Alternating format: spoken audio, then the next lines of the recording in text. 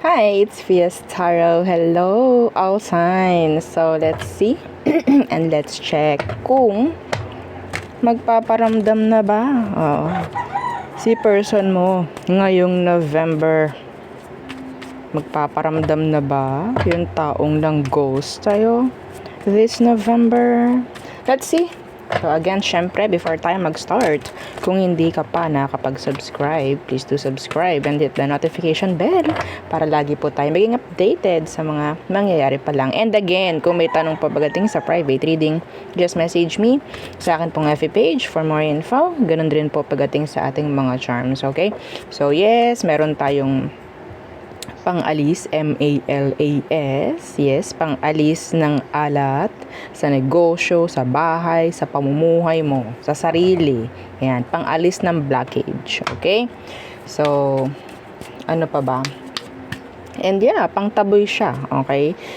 So, meron din tayong 2-in-1 Love and Money Bracelet. This is magbibigay sa'yo ng magandang connection, lalo na kung single ka.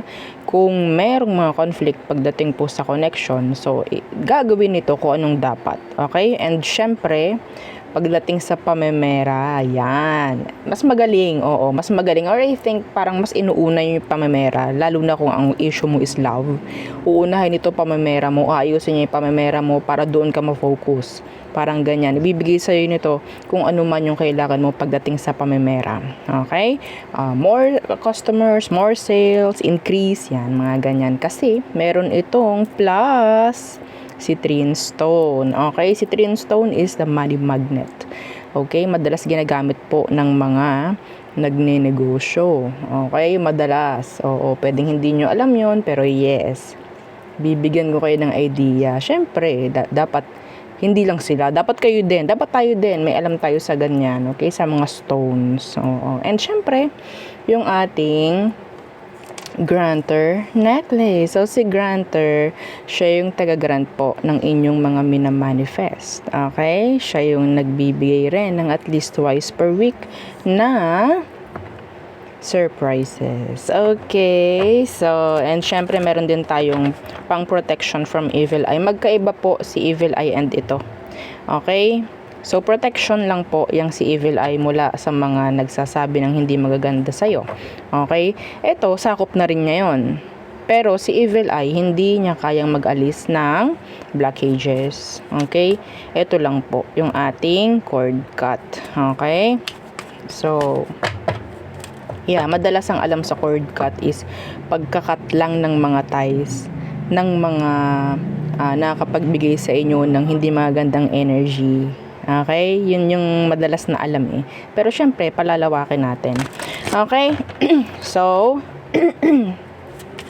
meron din tayong for cleansing. Okay? Cleansing and recharging ng inyong mga charms and may mga crystal. Yung iba sa inyo, yes, pwede yun. Okay?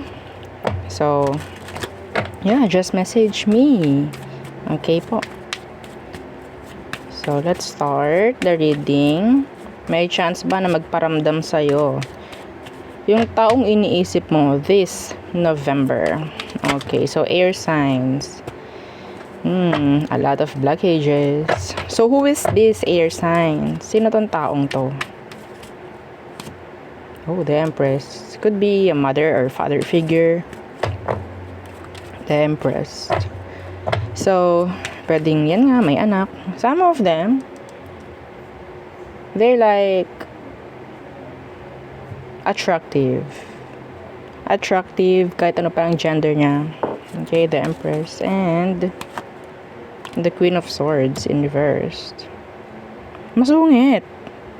Kahit ano pang gender nitong taong to, masungit siya. Okay?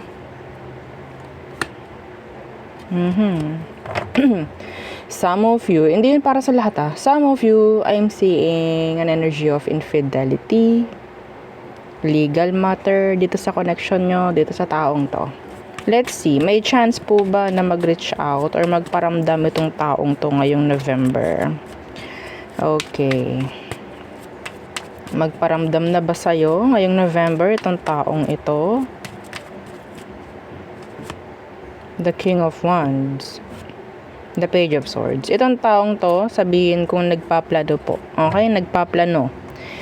So, kung ano man yung mga dapat ninyong pag-usapan, I think iniisip rin niya. Yeah, the Devil in Reverse. May chance po, okay? Kasi nagpaplano rin naman eh. Hindi niya parang hinahayaan or pinapabayaan. Okay? So, I'm hearing pwedeng may masettle this November sa inyo, nitong taong to. Okay? We have here air, fire, and earth. So, who else? Who else? May chance ba na magparamdam yung taong iniisip mo this November? So, sino to? The Knight of Cups. They're charming. Yeah. Okay, the Page of Wands.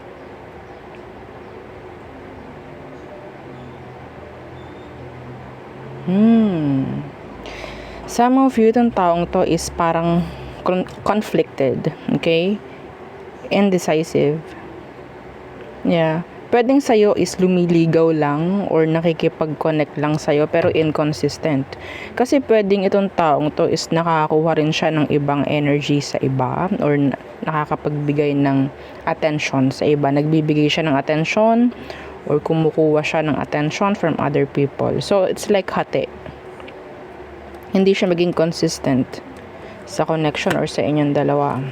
Okay? So, they're young actually. Some of them, they're young. Could have age gap differences, no? So, let's see. May chance ba na magparamdam itong taong to? May chance pa. The Three of Pentacles. And the Hanged Man in reverse. I'm seeing this person will try na invite ka sa isang date. Some of you. So, yeah, for me, it's a yes. Okay, pero I'm seeing pwedeng, yeah, hindi mo kailangan mag-expect pa rin ng something big doon sa tao. Yeah, I'm seeing expectations from you. Okay? Yeah, the Four of Cups. Madalas yung expectations, yun din yung nagbibigay sa atin ng pain after kapag hindi nangyari. Oo. So, ngayon, sabi ko nga, wag kang mag-expect kasi itong taong to, yun lang yung kaya niyang ibigay for now. Or yeah, sa November. Okay? Date. Pero walang pagsasettle. Walang commitments. Okay po. So, nasagot naman yung ating question kung magpaparamdam ba sa'yo this November. And yeah, nakita naman natin. So, next. Fire signs. Aries, Leo, Sagittarius. So, may chance ba? Okay. Nabibigatan na yung iba sa situation. So, kung ikaw itong nabibigatan na sa sitwasyon ninyo, tingnan natin. So, sino ba to? Sino to? Si Ten of Wands kanina nagpakita eh. So, meaning to say, it's like burden na. Pabigat na. Oh, the Tower. So, for me, some of you, pwedeng meron kayong separation na nangyari. Or, hindi mo inaasahang pagkalayo. Parang ganyan. Pasensya na po ha. Nabubulol ako. Pero, yeah, ano bang meron sa taong to? Yeah, given na rin yung separation dito. Anong meron sa kanya? The Ace of Cups. Still love the person. Some of you still love them. Yeah, pero nandun yung pain. Could have third parties involved. Yeah, may nangyaring missed opportunity with the person. You're still stuck. Yeah, still. Nakita nga natin si Ten of Wands kanina, di ba? Meaning burden. Hindi ka pa rin makamove on or makalimot. Anyway, ito yung taong akala mo magiging the same kayo ng ginagawa sa isa't isa. Pwedeng nagbigay ka, overflowing na love ang ibinigay mo sa person pero talagang nagawa ka pa rin saktan. Let's see, magpaparamdam ba siya this November sa'yo? The Star in reversed. The Universe, okay. The World in reversed. So, it's saying, for me, may chance, pero hindi ko nakikita na okay. Still unhealed, both of you, still unhealed. Merong mga past traumas pa rin na bumabalot sa inyong dalawa. The Five of Cups is here.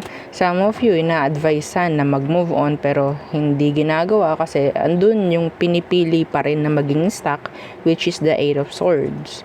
Okay? The High Priestess Universe. Maybe, iba sa inyo, kung sakali po, no, na ito is mag-reach out nga. Kasi pwede.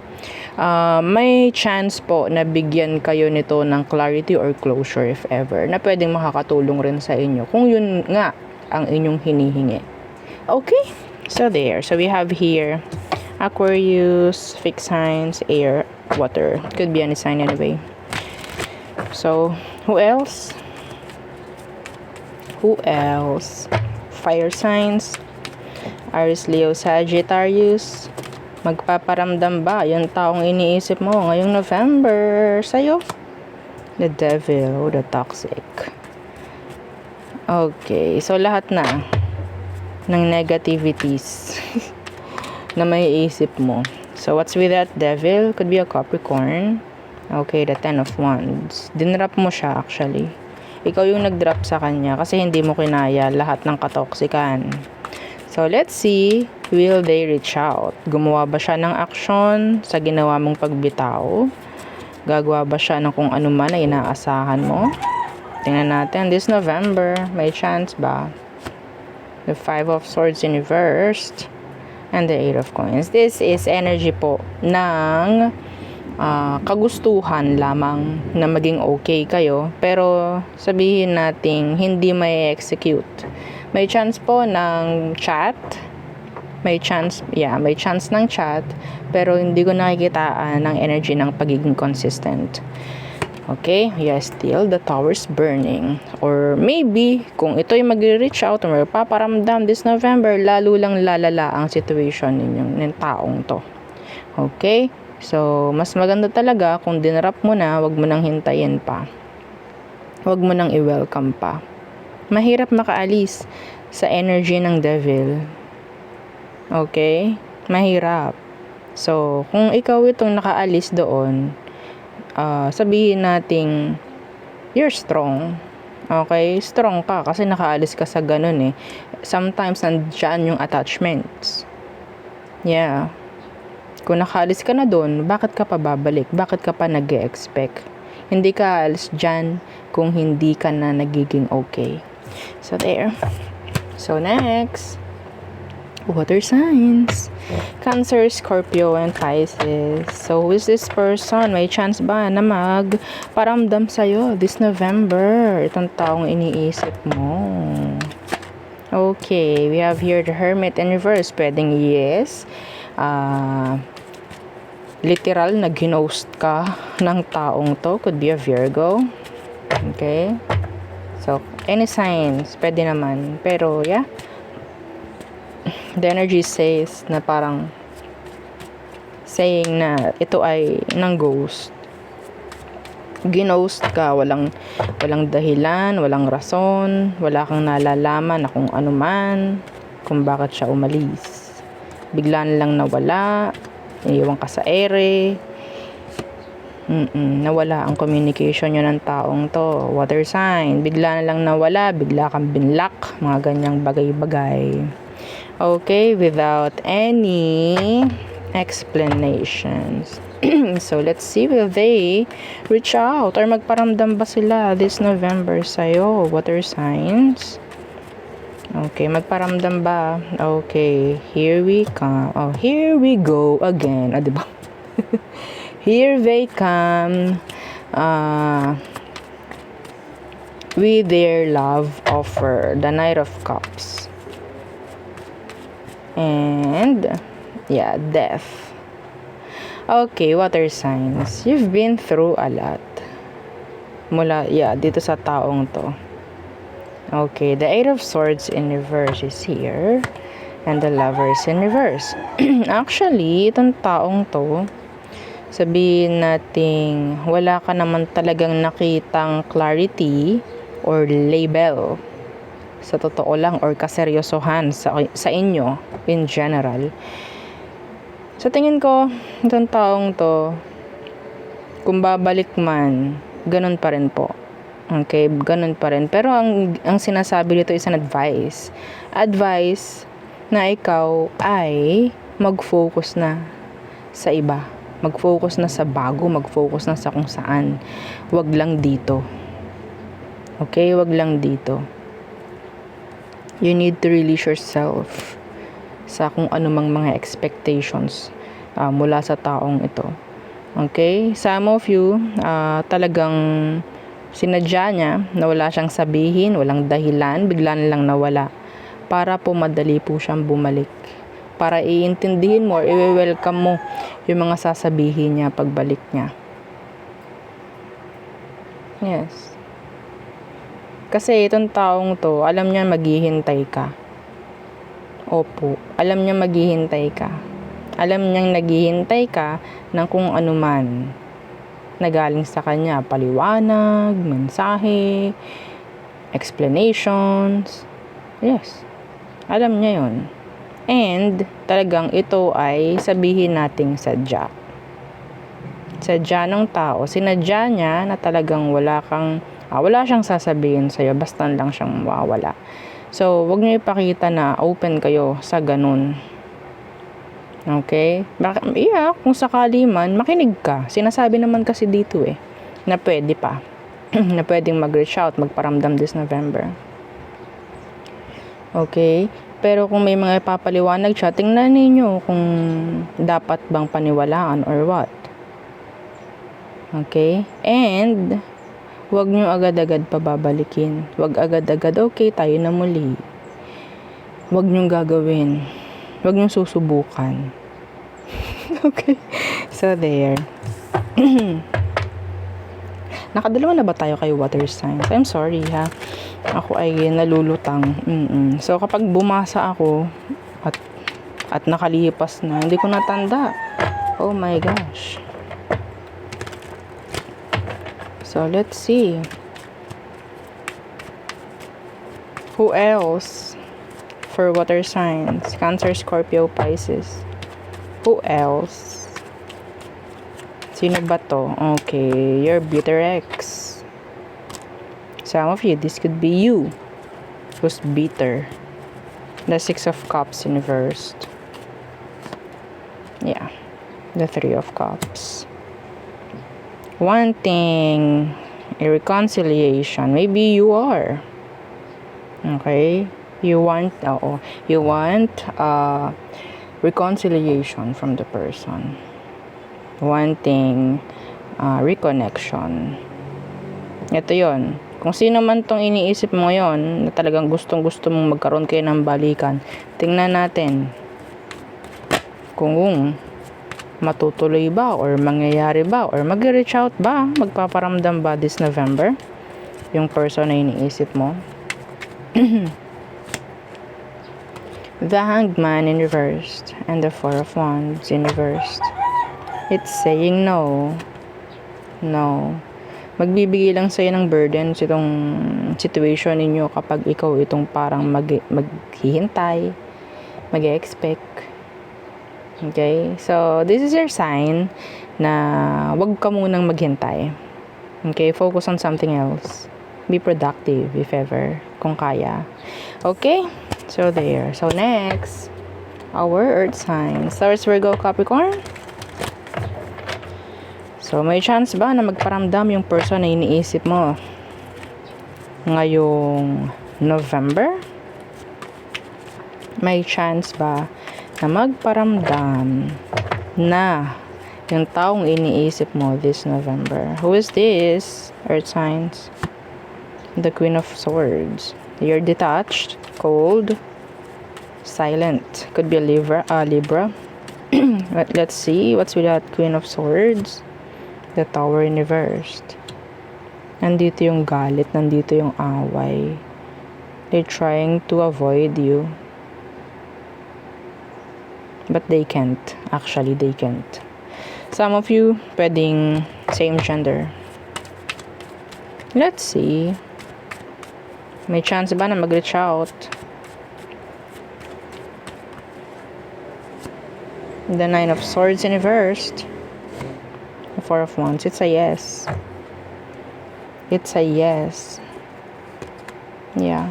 Knight of Pentacles. Focusing pagdating po sa mga issues na meron. Okay? So, siguro itong taong to nagpapalamig lang sa ngayon. Pero this November, I'm seeing them reaching out. Magpaparamdam sa'yo this November itong taong to. Okay? And some of you, nakikita ko kung yun nga, nagkaroon kayo ng romantic connection. May chance po na magkabalikan. Okay? So, there. So, again, syempre, hindi lahat is romantic. Kung anong mag-fit sa inyong energy, yun ang kukunin ninyo. Okay? Kasi ang tanong natin is, sino ba? Okay? Sino itong taong to na pwedeng mag-reach out? Or may chance ba na mag-reach out or magparamdam? Okay? Hindi natin sinabi. Yung past person mo ba? So, who else? O, diba? Who else? Again, don't forget to like, share, and subscribe. So, Earth signs, who else? May chance ba na magparamdam itong taong iniisip mo this November? This November. Some of you po yung meron pong mga legal matter pagdating po sa may mga legal issues, conflicts, pagdating po sa kanilang mga kaperahan. May chance po na magkaroon ng settling down this November. Pwede may mapapag-usapan. Okay? Lalo na yung may mga pirmahan. Opo, sa November may chance po. Okay? Na maging okay. Magkabayaran, kung ganun. Kung sakali. Okay? So, who else? Okay, could be a fellow earth sign, Capricorn. What's with this? Could be a boss, a business owner. Okay.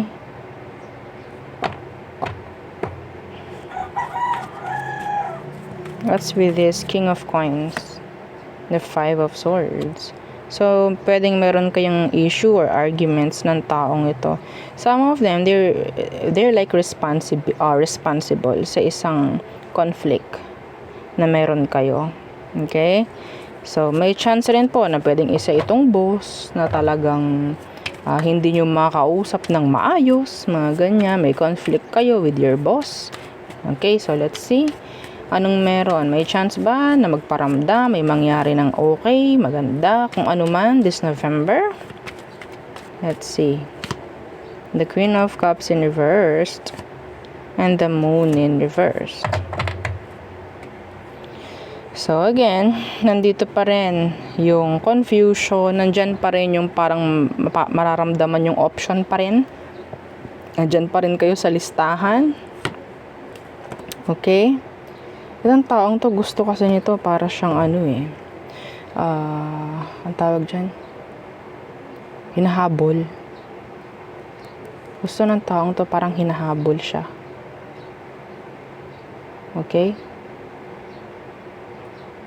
Magkaroon kayo ng tawag dyan, healthy boundaries from this person.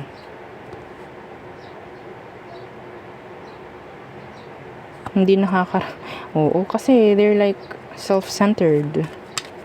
So, kung self-centered yung taong to, hindi nito papakinggan or mararamdaman kung ano ba yung mga nararamdaman mo ngayon, hinanaing mo, hinanakit mo. Hindi niya mararamdaman, hindi niya papakinggan. Gusto niyan talaga, yung para siyang ginagawang mataas. If you were trying to chase the person's energy, you're feeding them, like you're feeding their ego. Okay, you're feeding their ego. Mas lalo po itong magiging malala. Lalo yan magpapahabol, hindi yan bababa. Okay?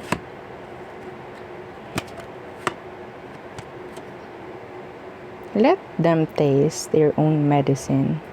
Let them. Try to mirror them actually. Yun ang advice for you. Try to mirror them. If they're running away, mag-run away ka rin from them. You don't need na mag-chase after them. Pinapahabol ka ng pinapahabol nito kung sino man to. Okay? gustong gusto niya na hinahabol mo siya. Kinokontak mo, kinukulit mo, lalo ka lang niyang i-ignore. Yeah. Yun ang gusto niyang mangyari. Mawala ka muna sa scene. Mawala ka muna. Okay? Doon ito makakaramdam ng something. Diba? Biglang nawala. Ano kayang nangyari? I-check ko nga. Okay? Pero kapag chinek ka niyan, you don't need na maging open or transparent. Sabi ko nga, magkaroon ka ng healthy boundaries from the person. Okay? Anyway. So, there. So, again, yeah. Yun ang aking reading for you all signs. Again, please don't forget to like, share, and subscribe. And follow our FB page. And isa nating YouTube channel o yung ating love letter. So, again, thank you. Goodbye.